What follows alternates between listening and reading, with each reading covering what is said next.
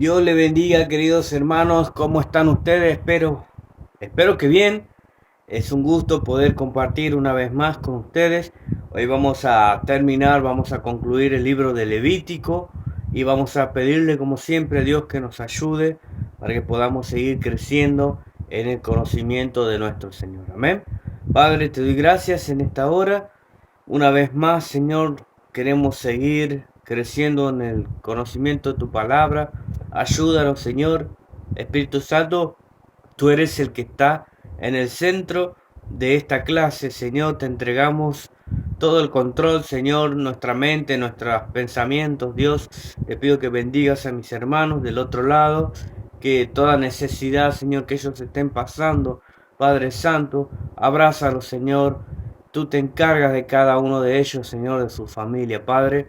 Y en esta hora que podamos estar al 100% para aprender lo que tú quieras enseñarnos a través de este hermoso libro de tu palabra, el libro de Levítico. Señor, te damos muchas gracias, Jesús. Amén. Amén. Bueno, la semana pasada, la clase pasada, perdón, habíamos terminado el libro en el libro de Levítico habíamos terminado de ver, perdón, las investiduras de, de los sacerdotes, la consagración, la fiesta que ellos tenían, y habíamos finalizado que él se había oficializado la consagración de los sacerdotes y empezaba a funcionar como intermediarios de el pueblo de Dios ante Dios mismo. Y hoy vamos a empezar viendo en el capítulo 10 de Levítico el pecado de los sacerdotes, de dos sacerdotes, dos hijos de Aarón, Nadab y Abiú. Eran jóvenes, eran hombres que habían tomado a la ligera el sacerdocio, y Dios no iba a tolerar esto porque debía dejar en claro lo que implicaba el sacerdocio, ¿no? Y conocemos la historia. El Dios desciende con fuego y los consume, a Nadab y Abiú. La naturaleza del pecado era la irreverencia. Ellos sabían que debían encender el incensario con fuego del altar, y ellos les dio lo mismo y decidieron tomar fuego de otro lugar que no era el que Dios les había indicado. Algunos dicen que posiblemente entre los hermanos había una rivalidad, una envidia. Entonces, como eran jóvenes, como los jóvenes de hoy en día, ¿no? Se levantó este complot entre ellos y dejaron de lado lo que a Dios le agrada. Entonces, otros dicen que también Nadab y Abiú habían consumido alcohol, habían consumido vino en plena administración, y por eso no pudieron discernir lo que era bueno de lo que era malo. A partir de ese momento, los sacerdotes iban a ser prohibidos de tomar vino mientras ministren las cosas sagradas.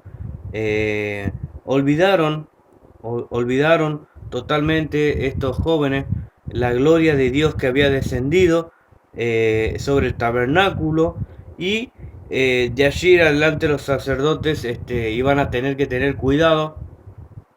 La severidad del castigo fue demasiado grande, pero Dios les tenía que enseñar, porque estas personas habían acabado recién nomás de ser investidos para el sacerdocio, y no les importó nada, descuidaron las instrucciones del Dios poderoso. Y si Dios no castigaba esto, imagínense lo que iba a ser el sacerdocio.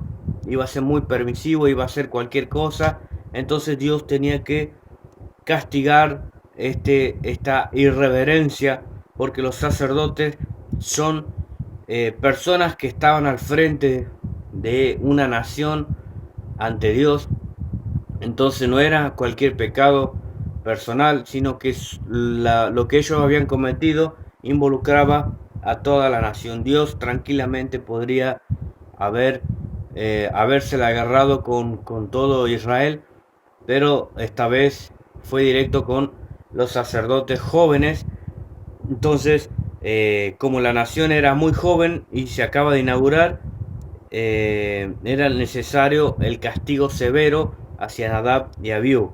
Israel necesitaba aprender que Dios es santo y que el hombre no puede hacer su propia voluntad y seguir agradándole. O sea, Dios es santo. Si queremos agradarle a Dios, debemos acercarnos dentro de todo de una manera, una actitud correcta, lo más santo posible. Y recuerde que santo no es soy buenito, tengo una aureola en mi cabeza. No, ser santo es me aparto de lo que hacen los demás, el resto del mundo, para agradar a Dios. Entonces debían aprender la lección a través de los sacerdotes. Recuerden, en la iglesia primitiva pasó algo muy similar al pecado de Nadab y Abiú. La historia de Ananías y Zafira, que ellos habían vendido una propiedad y le mintieron a Pedro acerca del valor, y en ese mismo momento Ananías y Zafira habían sido muertos por haberles mentido al Espíritu Santo, porque la iglesia primitiva estaba naciendo y no se iba a permitir esta irreverencia ante el Espíritu Santo, y eso sigue pasando. Eso es, siempre fue así y siempre será así. Debemos tener mucho cuidado cómo tomamos las cosas sagradas eh, para con Dios y para con nuestros hermanos, ¿no? A continuación vamos a ver lecciones prácticas acerca de la historia de Nadab y Abiú. Los ministros deben tener reverencia, respeto, cuidado al cumplir las instrucciones, requisitos divinos. No son el oficio divino en sí, el sacerdocio no es una excusa para descuidar las cosas espirituales. Si hoy estás liderando, si hoy sos un líder, sos un pastor o lo que sea, eso no es excusa para descuidar cosas espirituales. Quiere decir que el servicio que le podamos dar a Dios nunca va a estar por encima de las cosas espirituales que Dios nos da. Nosotros muchas veces podemos llegar a olvidar cosas como ama a tu prójimo, que tiene un valor espiritual muy grande, con servicio a Dios. No, pero si yo voy todos los días a la iglesia, sirvo, hago esto, hago aquello, pero no puedo ni mirar al hermano aquel, no lo banco, o afuera de la iglesia también no podemos amar.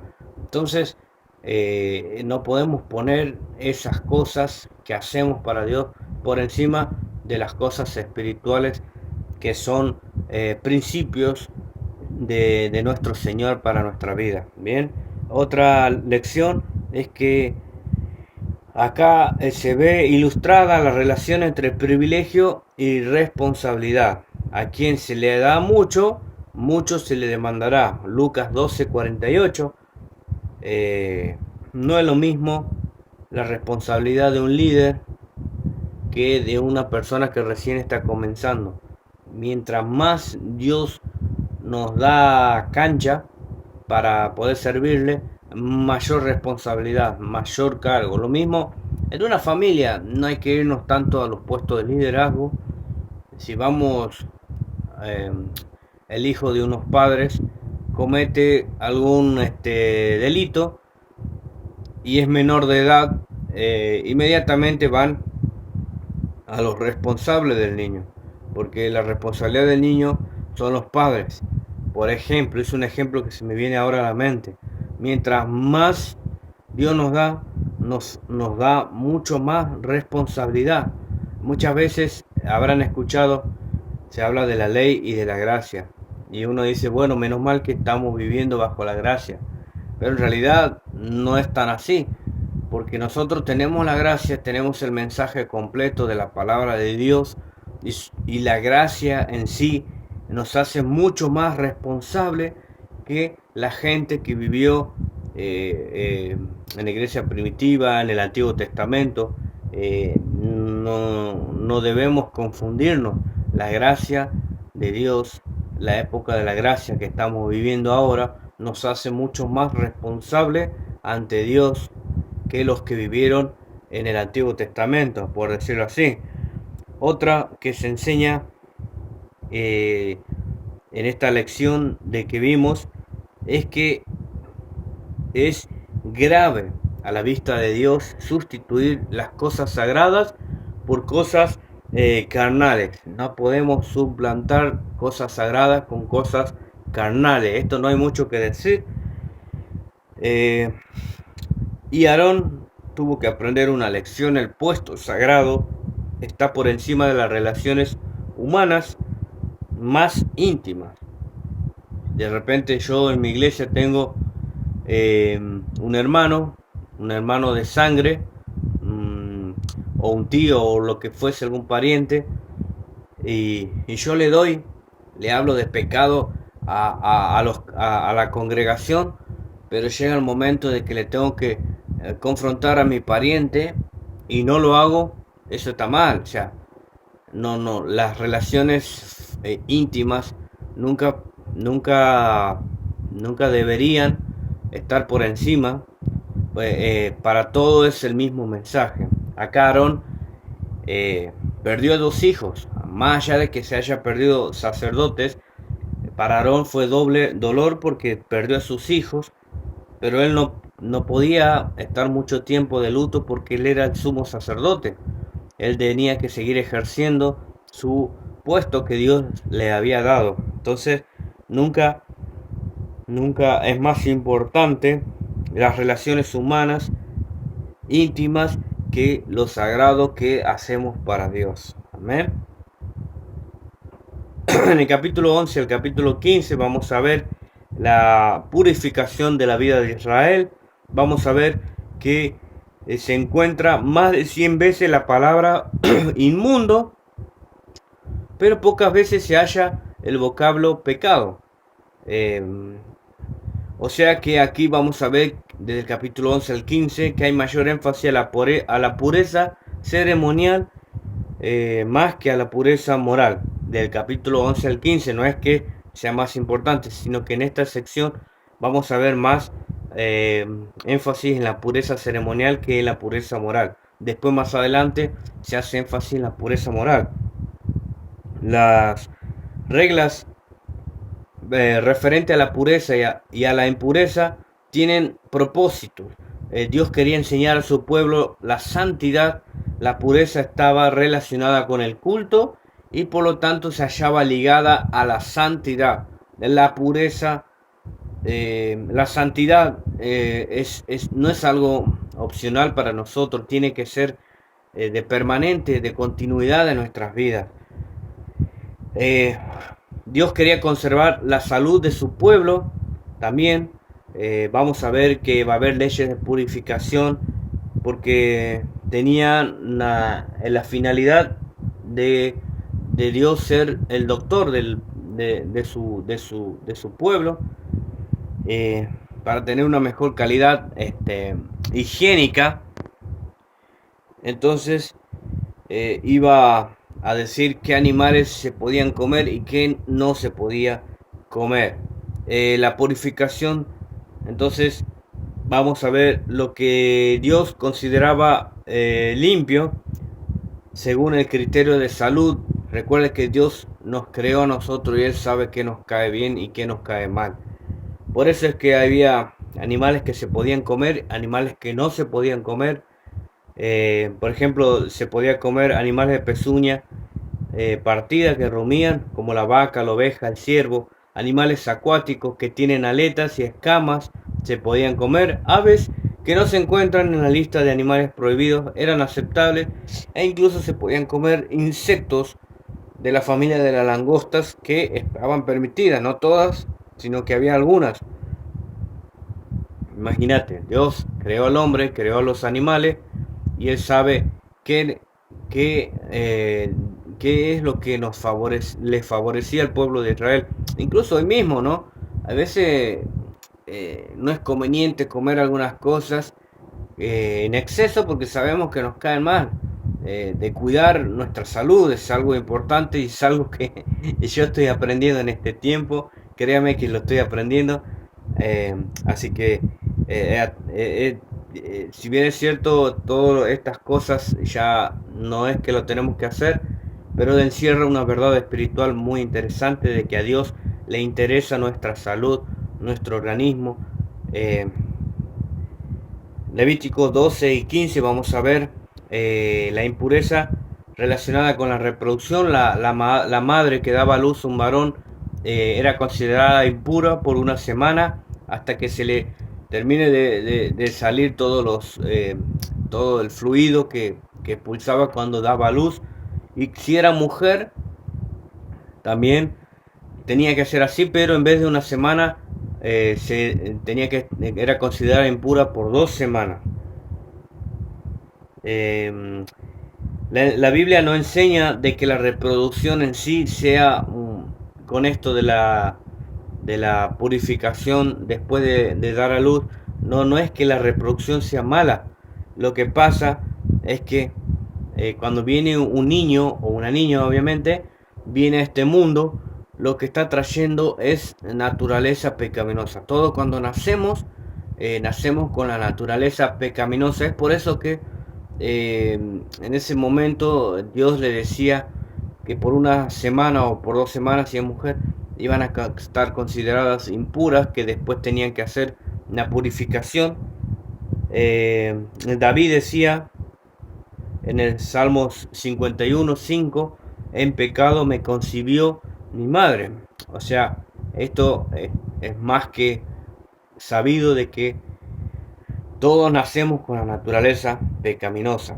Después en el Levítico 13 y Levítico 14 vamos a ver diferentes tipos de lepra y algunas enfermedades contagiosas. La lepra era considerada como una impureza y no una enfermedad. Fíjense en ustedes, porque debían presentarse ante el sacerdote para su purificación. Se puede decir que simboliza el pecado, la lepra, en la antigüedad, porque hay semejanzas. Por ejemplo, la lepra atacaba la sangre, el pecado en la naturaleza humana.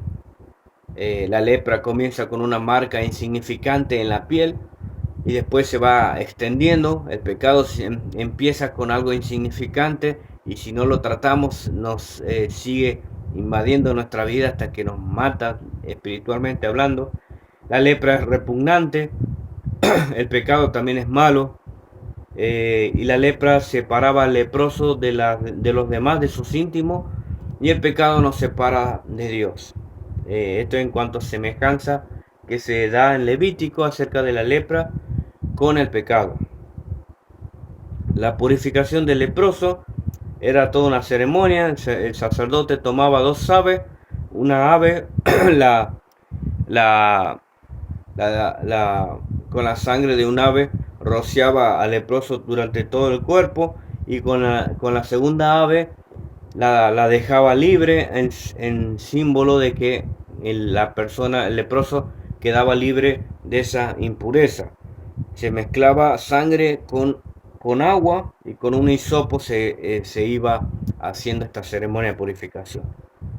La sangre mezclada con agua representa el medio perfecto por el cual se efectuó nuestra limpieza. Recuerde Jesús en la crucifixión, cuando a Jesús lo hieren, sale agua con sangre.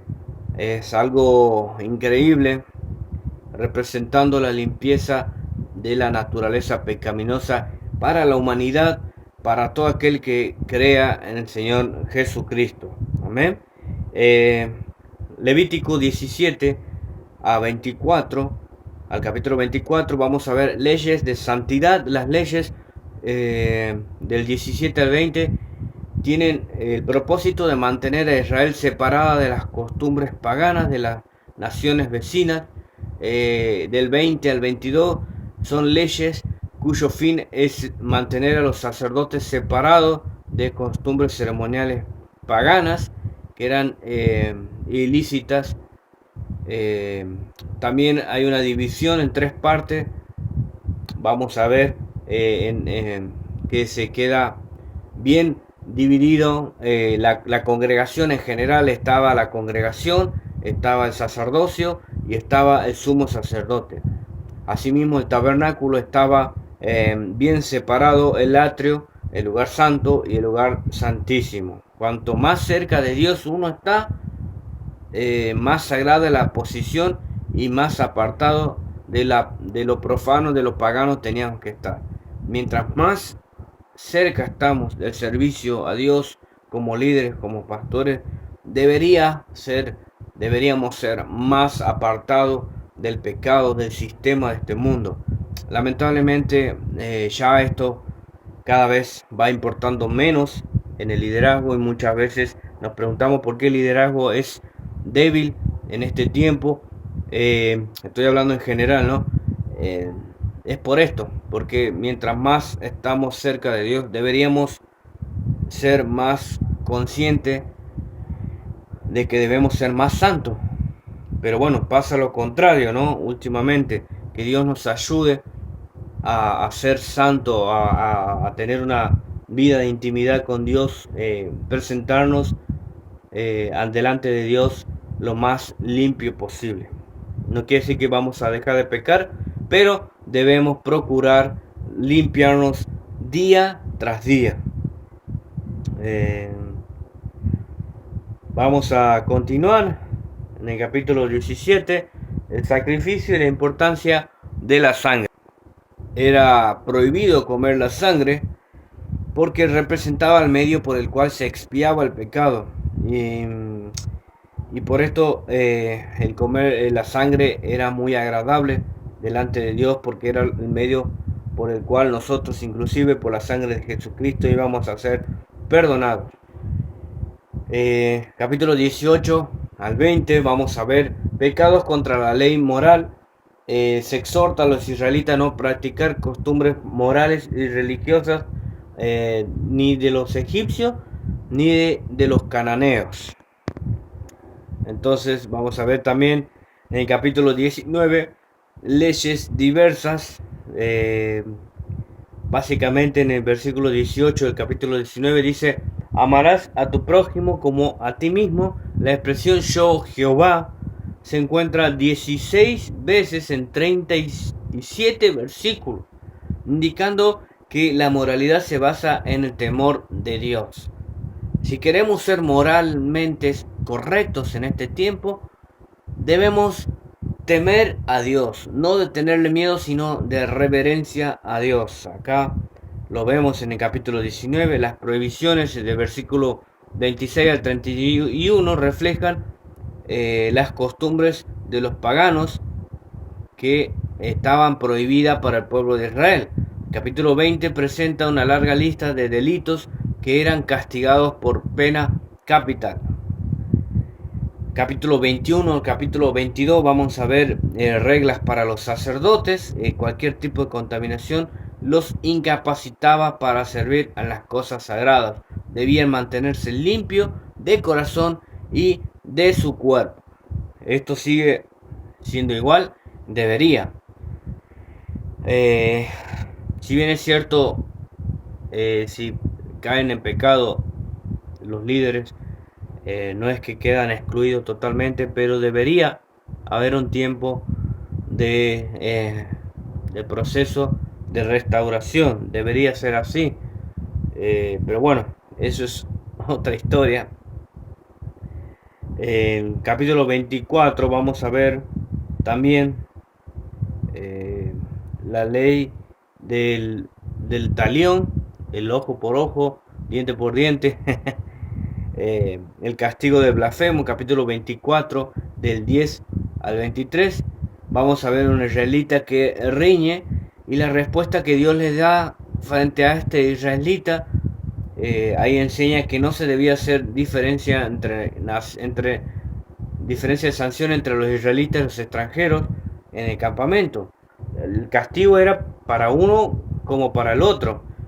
No se obligaba a los extranjeros a circuncidarse, pero sin embargo, si se querían unir al campamento de los israelitas, ellos mismos, los extranjeros, debían hacerse responsables de su vida frente a la ley que Dios les estaba dando. Es decir que si venimos a la iglesia, muchas veces los nuevos le decimos, ay, son nuevitos, ya van a pasar. Pero tarde o temprano, lo mismo que nosotros pretendemos guardar, los nuevos van a ir creciendo y deben aprender que tienen que cumplir lo que la palabra de Dios nos dice. No hay acepción de persona, ¿no? A partir del capítulo 23, el capítulo 25 y el capítulo 16 se van a mencionar las fiestas solemnes. Los hebreos celebraban varias fiestas sagradas al año, a los que se le denominaba santas convocatorias. Tenían dos significados: era una ocasión señalada y era una fiesta. Por regla general eran ocasiones de un día o más de duración, que se suspendía todo lo que ellos estaban haciendo para reunirse gozosamente con Dios. Bien, el propósito de las fiestas le daban la oportunidad a los israelitas de poder reflexionar sobre la bondad de Dios para su vida. Les daba la oportunidad de devolver una porción a Dios de lo mucho que Dios les daba. El propósito principal de las fiestas es que ellos tenían que tener presente que eran el pueblo de Dios, no cualquier cosa. La palabra santo aparece 10 veces porque el pueblo debía ser santo. También se destaca el número 7, el número sagrado, que significa totalidad, culminación o perfección. El sistema de las fiestas solemnes se constituía sobre el ciclo de 7. El séptimo día era de descanso, el séptimo año también era de descanso, el séptimo año sabático era seguido del año de jubileo, el séptimo mes era sagrado con 3 días de fiesta. Había 7 semanas entre las Pascuas y el Pentecostés. La fiesta de las Pascuas duraba 7 días, la fiesta de los tabernáculos duraba 7 días. Entonces las fiestas solemnes debían contribuir a que la santidad debía penetrar totalmente en la vida del pueblo de Dios. La celebración de las fiestas demandaban 67 días del año en total, sumando todo.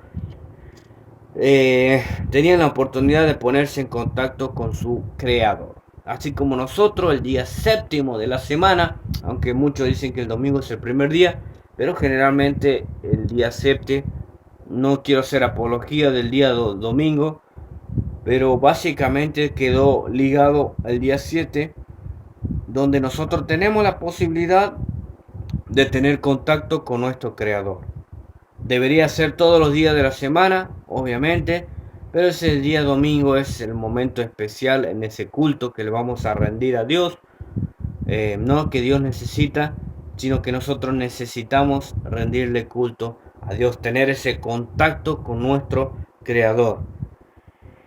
El día de reposo, el día de descanso es el día de reposo, la primera fiesta en el calendario sagrado, que incluso lo tienen hasta el día de hoy. Se le hacía recordar a su Creador y el hecho de que Él descansó en la creación sobre el séptimo día. Recuerdan ustedes, también tenían que tener presente que Jehová les habría librado de la esclavitud de Egipto, un detalle no menor, y que podrían dedicar un día de la semana a Dios. Las Pascuas y los panes ácimos era una de las 3 convocatorias anuales que debían tener y que debían ir a Jerusalén. Por eso se centralizó. Eran 3 fiestas obligatorias que debían ellos tener, y una de ellas era la Pascua.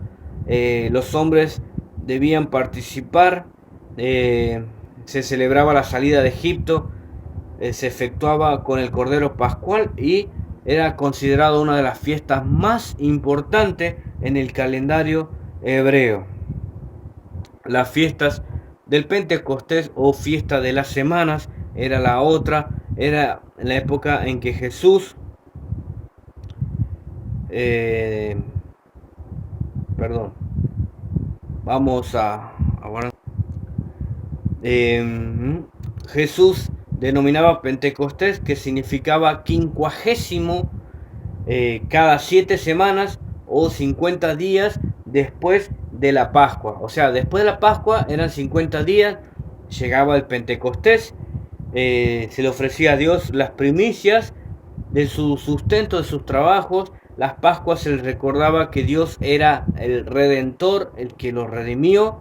Las fiestas de la semana les recordaban que Jehová era su sustentador, el dador de toda buena dádiva. La nueva luna y la fiesta de las trompetas era, al son de las trompetas se proclamaba el comienzo de cada mes, el cual se llamaba la nueva luna. Se observaba la nueva luna ofreciendo sacrificios por el pecado, ofrendas de paz, holocaustos acompañados de oblaciones que eran ofrendas voluntarias. El primer día del séptimo mes, del año religioso, estaba designada para las fiestas de las trompetas. Se marcaba el fin de la estación de la cosecha y el primer día del año nuevo en el calendario civil del pueblo de Israel. A continuación estaba el día de la expiación. Era el día más importante. Era el día en que el sumo sacerdote tenía que entrar al lugar santísimo a ofrecer expiación por el pecado de toda la nación. Era importante. Era el sumo sacerdote. Tenía que primero limpiar de todos sus pecados y ingresar a ese lugar y ofrecer expiación, el sacrificio para que Dios expiara de pecado del pueblo de Israel. Esto se hacía una vez al año, era muy importante. Y después está la fiesta de los tabernáculos en el capítulo 23. Estamos ya, era la última fiesta del año y duraba 8 días. Estos israelitas se pasaban de fiesta en fiesta. Se celebraba el fin de la época de la cosecha. Se conmemoraba el peregrinaje que ellos habían tenido por el desierto. Los israelitas iban a entrar a la tierra prometida. La fiesta les iba a hacer recordar que habían sido extranjeros y peregrinos en la tierra y que Jehová los había sustentado y que en todo momento los sostuvo milagrosamente. Los israelitas construían enramadas y vivían en ellas para acordarse de los años que ellos habían vivido en tienda mientras iban viviendo por el desierto. Era una fiesta de mucho gozo, 23:40 dice, os regocijaré delante de Dios vuestro Dios por 7 días. Entonces ellos debían estar sumamente gozosos. A continuación, el año sabático, al entrar a la tierra prometida, el pueblo de Israel deberían pasar un año de cada 7 sin sembrar ni cosechar. ¿Por qué? Porque la tierra debía descansar. Eso, bueno, hoy no se ve.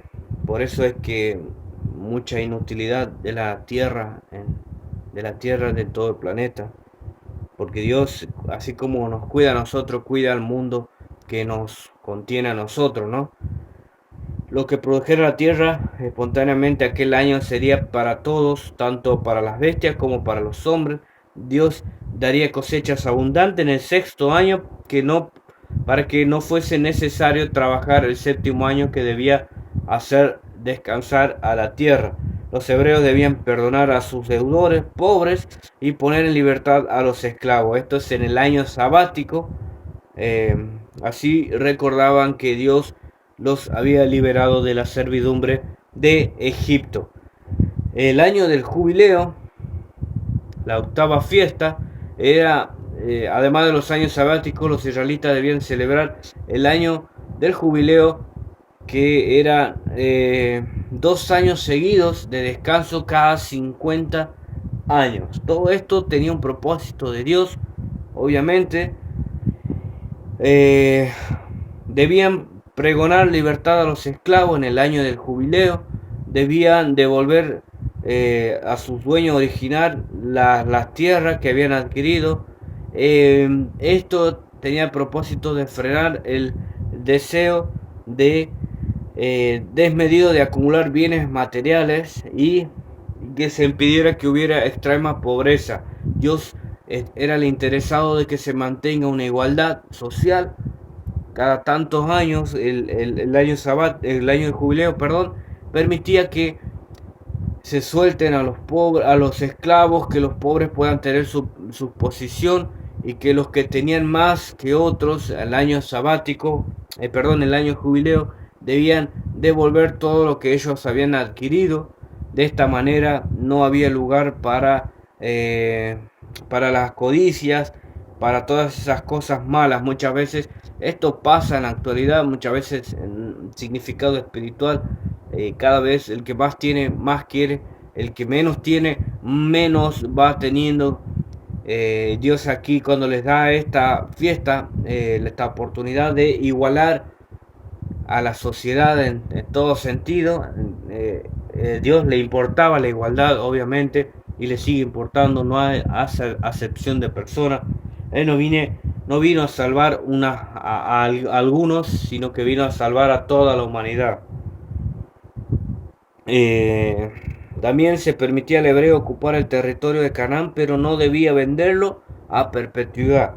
O sea, venderlo, pero solo por un tiempo, porque después tenía que volver a su dueño original.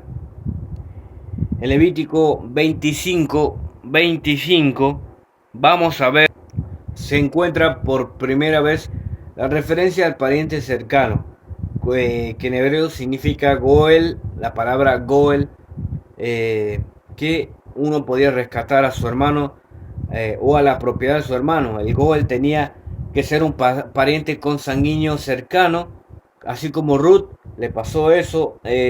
Otro deber del pariente cercano era casarse con la viuda de su difunto hermano, como lo hemos visto en algunas historias, para que el que moría, si no tuvo hijo, el hermano, digamos, al casarse con su esposa viuda, debía darle el primer hijo como herencia al que murió.